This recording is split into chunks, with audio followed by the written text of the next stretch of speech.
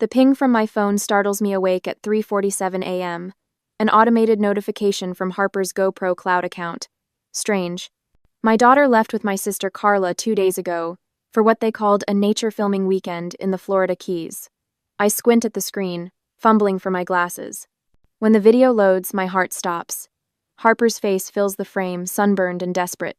Her lips are cracked, her voice a dry whisper. "Mom, if you get this, I'm stuck on one of the 10,000 islands. No one's come back for me." The coffee mug slips from my hands, shattering against the kitchen tile. I replay the video, unable to process what I'm seeing. My 16-year-old daughter, alone on an island? This can't be real. "Please," Harper continues, her voice breaking. "I don't have much battery left. I think I'm on the eastern side, but everything looks the same." The timestamp shows the video was uploaded when her device finally found signal. The GPS coordinates haven't changed in 18 hours. My hands shake as I zoom in on her face. The hollows beneath her cheekbones, the fear in her eyes. Harper was supposed to return Sunday evening. It's Tuesday morning now, and when I texted Carla yesterday, she claimed Harper decided to extend her creative retreat. I press play again, watching my daughter's trembling hands adjust the camera. "I ran out of water yesterday," she whispers. "Please hurry." My stomach twists into a knot. How could this happen? 3 days earlier, Carla burst into my kitchen with her usual dramatic flair, all smiles and enthusiasm. "Hey sis, I've got the best idea. Harper and I should do a girls' weekend filming wildlife in the Keys.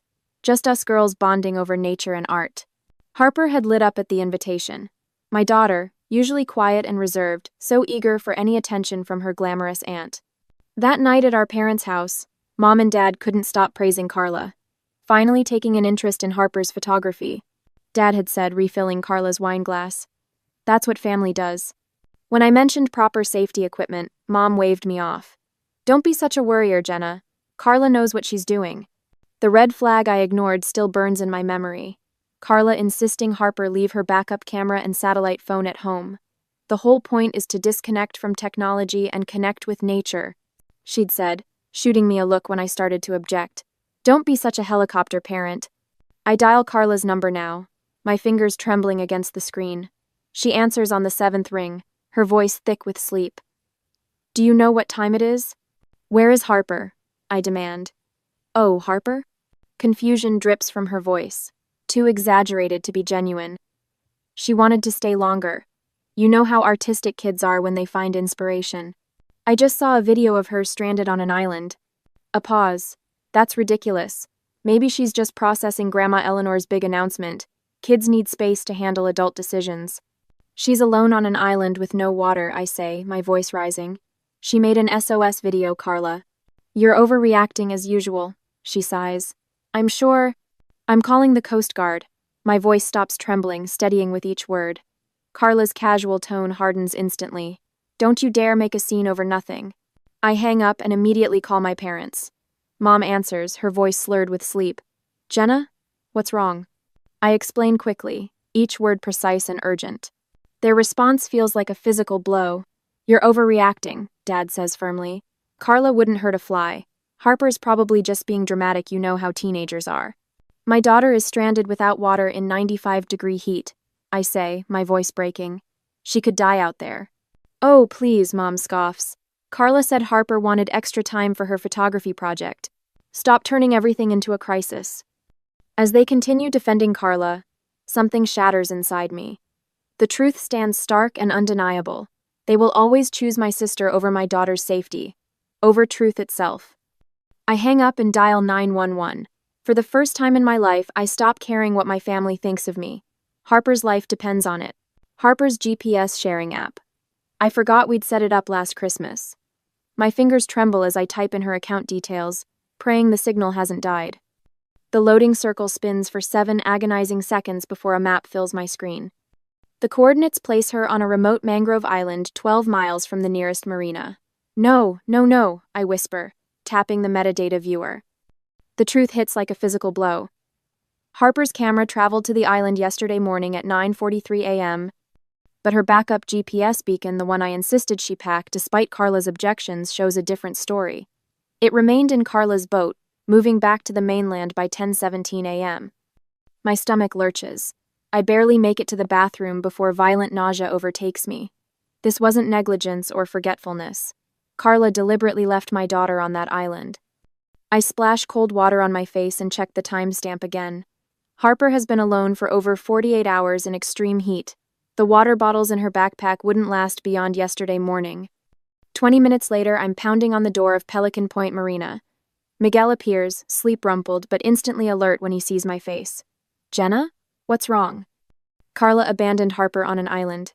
I need your boat. Now. Miguel doesn't waste time with questions. He unlocks his office and spreads nautical charts across his desk. I sink into a chair, clutching my phone, refreshing Harper's video over and over as if it might change. These coordinates, Miguel says, circling an area with his pen. That's deep in the 10,000 islands. Tricky navigation, lots of shallow water. My phone buzzes with a Coast Guard response to my earlier call. No reported distress signals from that sector. Please confirm emergency status. They think it's a false alarm, I say, voice cracking. Miguel looks up from his charts. Wait, how did Carla even get out there? She doesn't have a boat. He makes a quick call to Harbor Master Control. His expression darkens as he listens. She rented from Sawgrass Marina, paid cash, refused the GPS tracker. Said it was for privacy during wildlife photography. He hangs up. Jenna, this doesn't look accidental.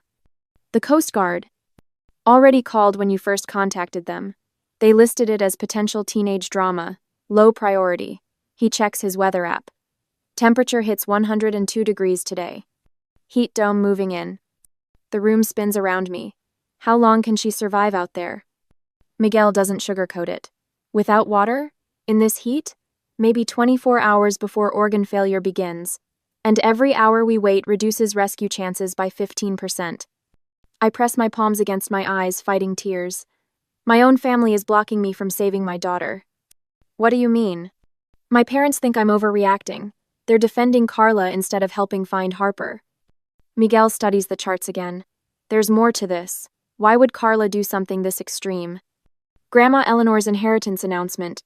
I say, the pieces suddenly connecting. It was supposed to happen this weekend. Harper must have been in the way somehow.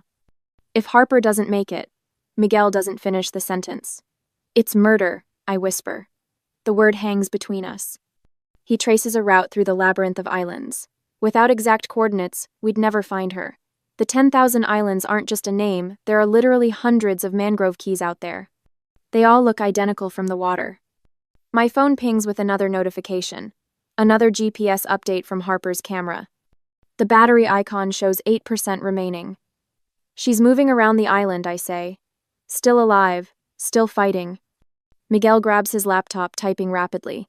The GoPro has GPS tracking in the metadata. If we can access the cloud storage. Minutes pass like hours as he works. I pace the small office, imagining Harper alone, desperately conserving her dying phone battery to send one more signal. Got it. Miguel spins the laptop toward me.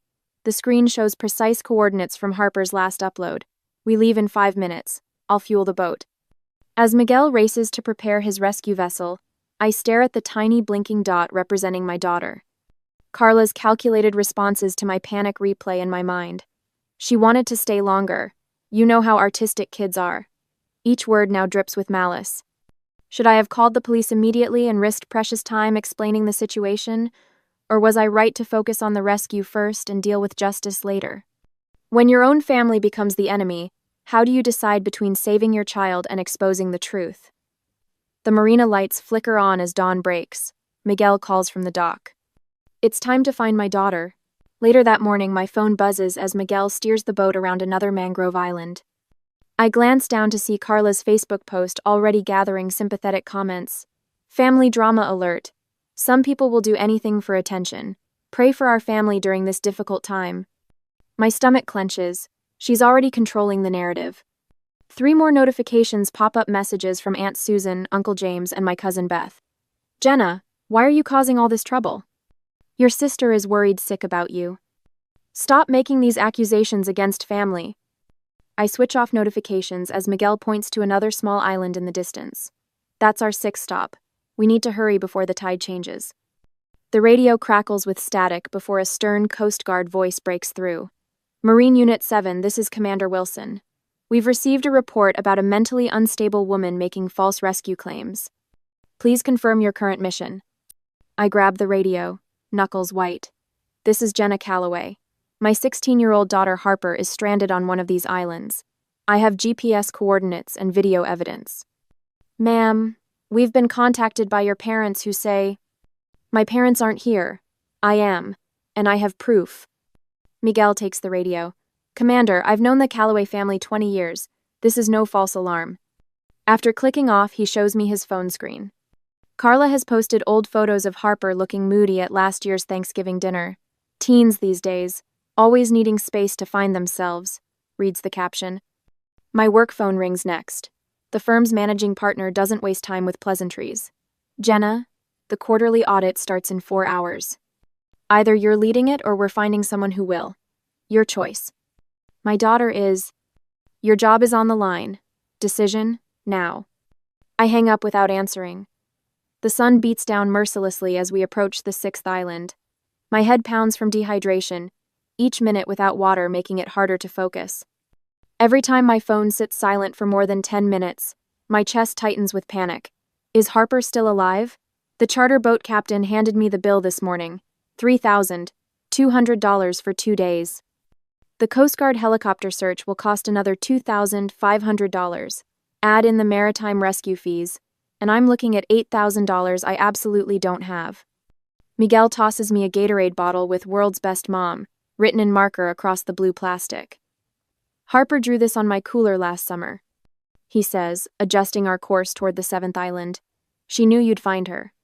For the first time in 72 hours, my lips twitch towards something almost like a smile. As we approach the 7th island, Miguel suddenly points toward the beach. There! White shells arranged in large letters spell out "help" on the sand. My heart hammers against my ribs. Harper! I call out, my voice breaking. Harper! A moment passes. Then a weak voice responds from behind a cluster of mangroves. Mom? I'm over the side of the boat before Miguel fully stops, splashing through knee-deep water. I'm here, baby. I'm here.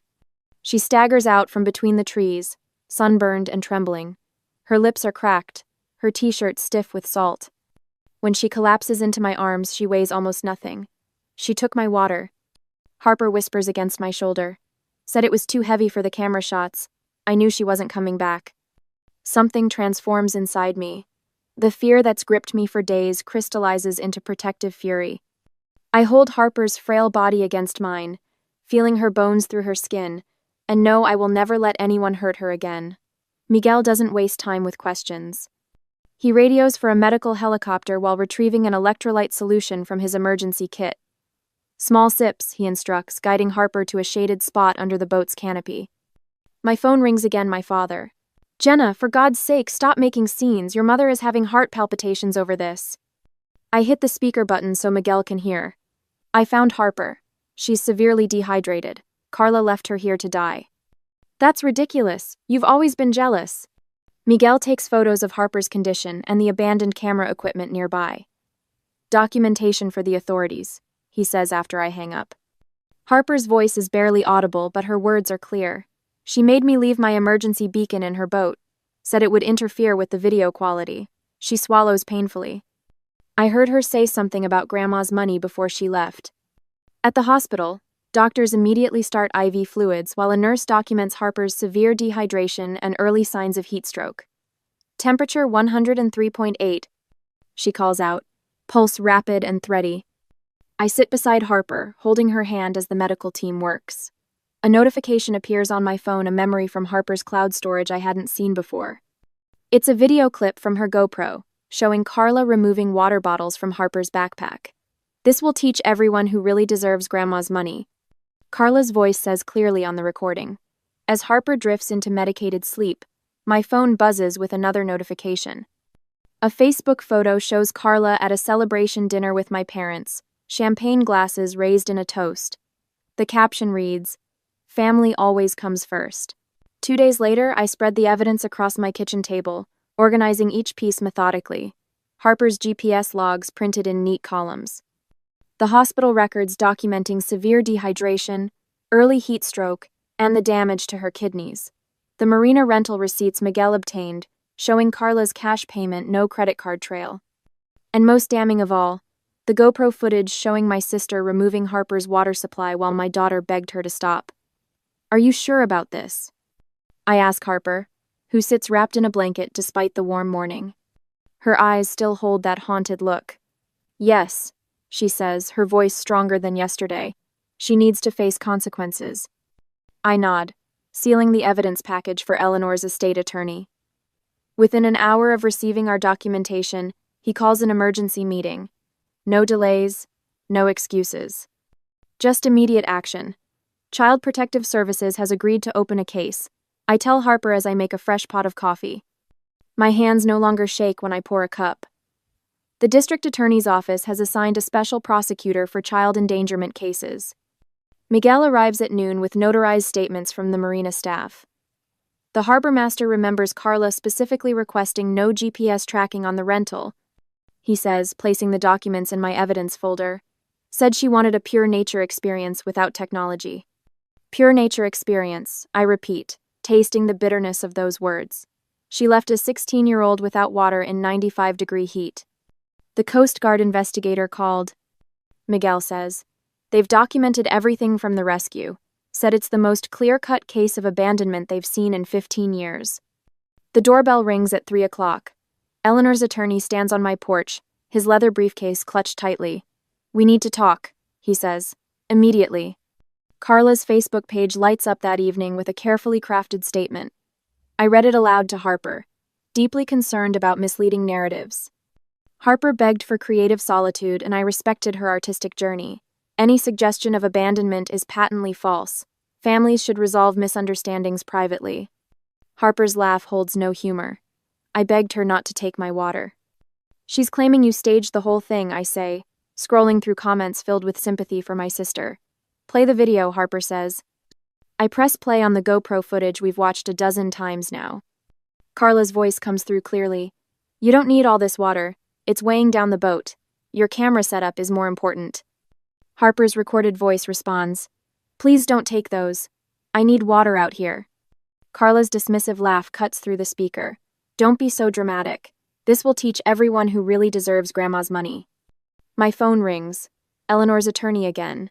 I've just informed Carla that her power of attorney has been revoked. All estate documents have been updated, removing her as beneficiary.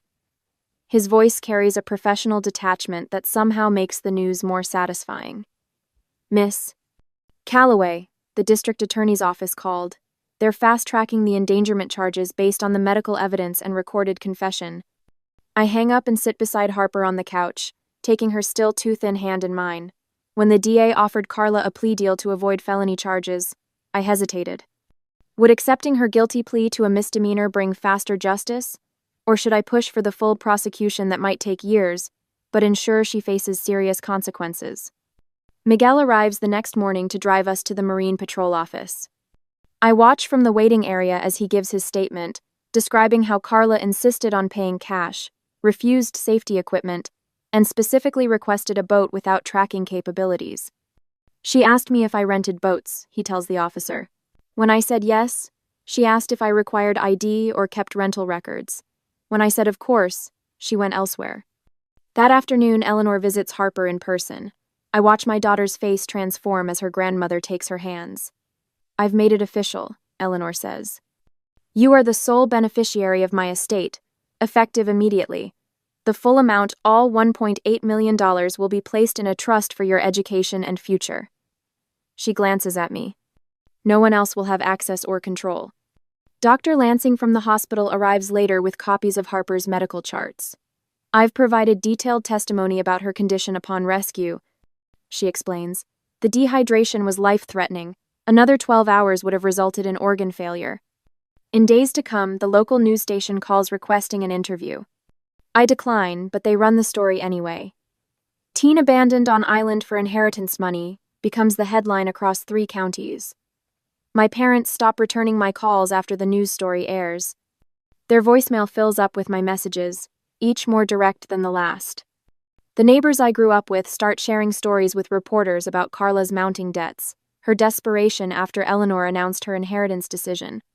"Your sister's lawyer called." The DA tells me during our meeting. He's advising her to accept the plea deal. I stare out the window at the courthouse steps where Carla will soon face a judge. She knew exactly what she was doing. Yes, the DA agrees, shuffling papers, and now she knows she can't win. Due to much stress with the courthouse and the hearings, my daughter collapsed, so she was sent to the hospital. I was worried sick, yet I had to focus on the strategy to get the justice we deserve. One Wednesday morning, the soft knock on Harper's hospital room door sends my pulse racing. The door swings open, and Carla glides in with my parents trailing behind her like loyal subjects following their queen. My father clutches a bouquet of carnations, the cheapest flowers from the gift shop. "Oh, Harper," Carla whispers, her voice trembling with manufactured emotion. "We've been so worried." I shift closer to Harper's bed, my hand resting protectively on her arm, the IV tubing snakes from her wrist, still delivering fluids to her dehydrated body. "We're here to make amends," my father announces, his speech practiced and hollow. "Family needs to stand together during difficult times." My mother nods, dabbing at dry eyes with a tissue. What happened was a terrible misunderstanding. Carla never meant for Harper to be in any danger. Carla sniffles, a single tear tracking perfectly down her cheek. "I would never intentionally hurt my niece. You know that, Jenna. Family forgiveness is what God expects of good Christians." My father adds, his pastor voice in full effect. "Eleanor would want us to come together, not tear each other apart with these accusations." My mother steps forward, her jewelry clinking softly. "Perhaps if Harper's inheritance was shared with the whole family, we could heal these wounds together. After all, family money should benefit everyone. Dropping these ridiculous charges would show everyone you're still the good Christian woman we raised," my father says, his tone suggesting the matter is settled. "Redemption is possible for all of us."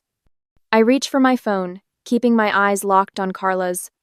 "Before we discuss forgiveness, I'd like you all to hear something."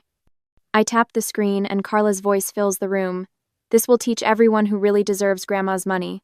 Little Miss Perfect Harper won't seem so special after 2 days without water." Carla's face drains of color. That's taken out of context." "Is this also out of context?" I ask, playing another clip where Carla tells Harper, "Nobody's coming back for you. Not until the will is settled." The hospital room door opens again. Eleanor's attorney, Mrs. Whitfield, walks in carrying a leather portfolio. Her gray suit matches her steel-colored hair. "Perfect timing," I say.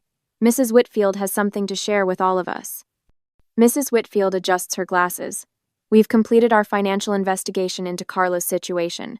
She removes several documents from her portfolio. "These bank records show Carla currently owes $127,000 to various creditors, a sum that almost precisely matches what she expected to receive from Eleanor's estate." My father stammers, "That's private information." "Not when it establishes motive for attempted murder," Mrs. Whitfield replies calmly. I stand, feeling stronger than I have in years. "We also discovered something interesting in Carla's search history." I hold up another printout. Multiple searches about survival rates on isolated islands, dehydration timelines, how long the human body can last without water in extreme heat. Carla lunges toward me, but I don't flinch. "You planned this, Carla. You left my daughter to die for money." "I never." "Harper survived your plan," I say, my voice steady and cold. "Now you'll survive the consequences." My mother grabs my arm. "Jenna, please. We can work this out as a family." I pull away from her touch. "We stopped being family the moment you chose her over Harper's life." I press the call button. When the nurse appears, I say, "Could you please call security? These people need to leave." 2 security guards arrive within minutes. As they escort my family out, Carla turns to spit final venom. "You'll regret this." Harper squeezes my hand as the door closes behind them. "They really weren't coming back for me, were they?" "No, sweetie, but I will always come for you." The morning of Carla's arraignment brings clear skies and a crisp breeze. We stand on the courthouse steps, Harper's hand firmly in mine. News vans line the street, cameras pointed in our direction. The judge permitted me to read my victim impact statement outside rather than in the crowded courtroom. Harper's therapist suggested it might be less traumatic this way. Reporters thrust microphones toward us as I unfold my prepared statement. Cameras click in rapid succession. My daughter spent 57 abandoned on an island without adequate water or shelter. I begin, my voice carrying across the crowd. She suffered severe dehydration, second-degree sunburns, and heat exhaustion. She now experiences nightmares where she wakes up screaming, convinced she's alone and dying of thirst. Carla appears at the top of the steps, flanked by her attorney. "This is ridiculous," she shouts. "She's always been dramatic, just like her mother." The judge, who had stepped outside to observe, signals to the bailiff. "Miss Calloway, you will refrain from interrupting or I'll have you removed." Carla falls silent as the bailiff approaches, handcuffs ready. I continue reading, detailing Harper's ongoing physical and emotional recovery. When I finish, a woman from Harper's school approaches us. "We've been following your story," she says, squeezing Harper's shoulder. "The whole community is behind you." More people gather around us, offering support and encouragement. Through the crowd, I spot Eleanor making her way toward us, moving carefully with her cane. "Harper, my dear," Eleanor calls, her voice stronger than her frail body suggests. She hands Harper an envelope. "It's done. The inheritance is legally yours, in a protected trust until you're 25. I look across the street where my parents stand watching, their faces tight with disapproval. For the first time, their judgment holds no power over me. A reporter pushes through the crowd. "Miss Calloway, do you have any comment about your sister's plea?" I look directly into the camera. "Some people see children as obstacles to money. I see money as a tool to protect my child." 2 weeks later, Carla pleads guilty to child endangerment. The judge sentences her to 18 months in prison plus full restitution for the rescue costs. I watch her being led away, feeling not joy but quiet resolution. That evening, the mail brings a letter from my parents. The envelope sits unopened on the kitchen counter as Harper and I eat dinner. "Aren't you going to read it?" Harper asks, eyeing the letter. I push it aside. "It can wait." Harper sets down her fork. "Do you think we'll ever talk to Grandma and Grandpa again?" 6 months pass like a swift current after the courtroom victory. I stand at the back of the community center, watching Harper adjust the microphone stand. No longer the shy girl who hid behind her camera, my daughter now commands the attention of 20 teenagers gathered for her wilderness safety workshop. "Always bring 3 times the water you think you'll need," Harper tells them, her voice steady and clear. "Your life depends on it." The Florida Marine Safety Foundation banner hangs behind her, matching the framed certificate on our living room wall. For courage under extreme circumstances. When she demonstrates how to create an emergency signal using natural materials, I notice her hands no longer tremble. The island didn't break her, it forged something stronger. Questions? Harper points to a boy in the front row. "Yes, and don't be afraid to ask the tough ones. That's how we survive." The invitation arrives on a Tuesday, cream-colored envelope with Eleanor's distinctive handwriting. 94th birthday celebration. Last year, such an envelope would have triggered hours of anxiety about facing my family. Today, I simply mark the date on our calendar. "Are we really going?" Harper asks, peering over my shoulder. "As honored guests," I reply, surprising myself with the certainty in my voice. At the celebration, distant cousins whisper behind crystal punch glasses when we enter Eleanor's sunroom. Aunt Judith makes a beeline toward us, eyes darting between Harper and the buffet table where my parents stand rigidly by the shrimp cocktail. "Such drama this family has endured." She clucks, patting Harper's arm. Harper meets her gaze directly. "I'm glad my mom fought for me," she says, her words soft but unmistakable. Judith retreats to safer conversations. I watch my parents across the room, their forced smiles never quite reaching their eyes. The familiar pull to seek their approval has vanished, replaced by something sturdier, the knowledge that I protected what matters most. Instead of their validation, I focus on Harper's college fund, growing steadily each month. The evening sun casts golden light across Miguel's marina deck. Eleanor raises her glass of sparkling cider, her eyes crinkling at the corners. "To survival and truth," she says. "To survival and truth," we echo Miguel, Harper, Dr. Winters, and I. Eleanor reaches into her woven handbag, withdrawing a small wooden box. "This belonged to my grandmother," she tells Harper, opening it to reveal an antique brass compass. "It will always point you toward people who truly care." Harper clutches it against her chest, wordless gratitude shining in her eyes. The Stanford acceptance letter arrives in April. Full scholarship to study marine biology, inspired by what Harper calls my unplanned field research. She tapes it beside her survival workshop calendar, both symbols of transformation. I file the final paperwork for my nonprofit Lighthouse Families designed to help navigate the treacherous waters of child endangerment cases. The first donation comes from Eleanor, who establishes the Harper Callaway Survivor Fund with a $50,000 check. For those who need a compass, the memo line reads.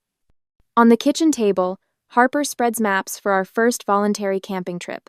No islands this time, just the Appalachian foothills with proper equipment and emergency beacons. She meticulously checks each item against her safety list, confidence replacing the fear that once shadowed her movements. As I watch Harper pack signal flares and extra water purification tablets, I wonder, when family becomes your greatest threat, how do you define what home really means? Would you have fought as hard for the truth, or chosen the easier path of family peace? Harper catches me watching and tosses me a compass with a grin. Home, I realize, isn't the place where others accept you. It's where you learn to accept yourself.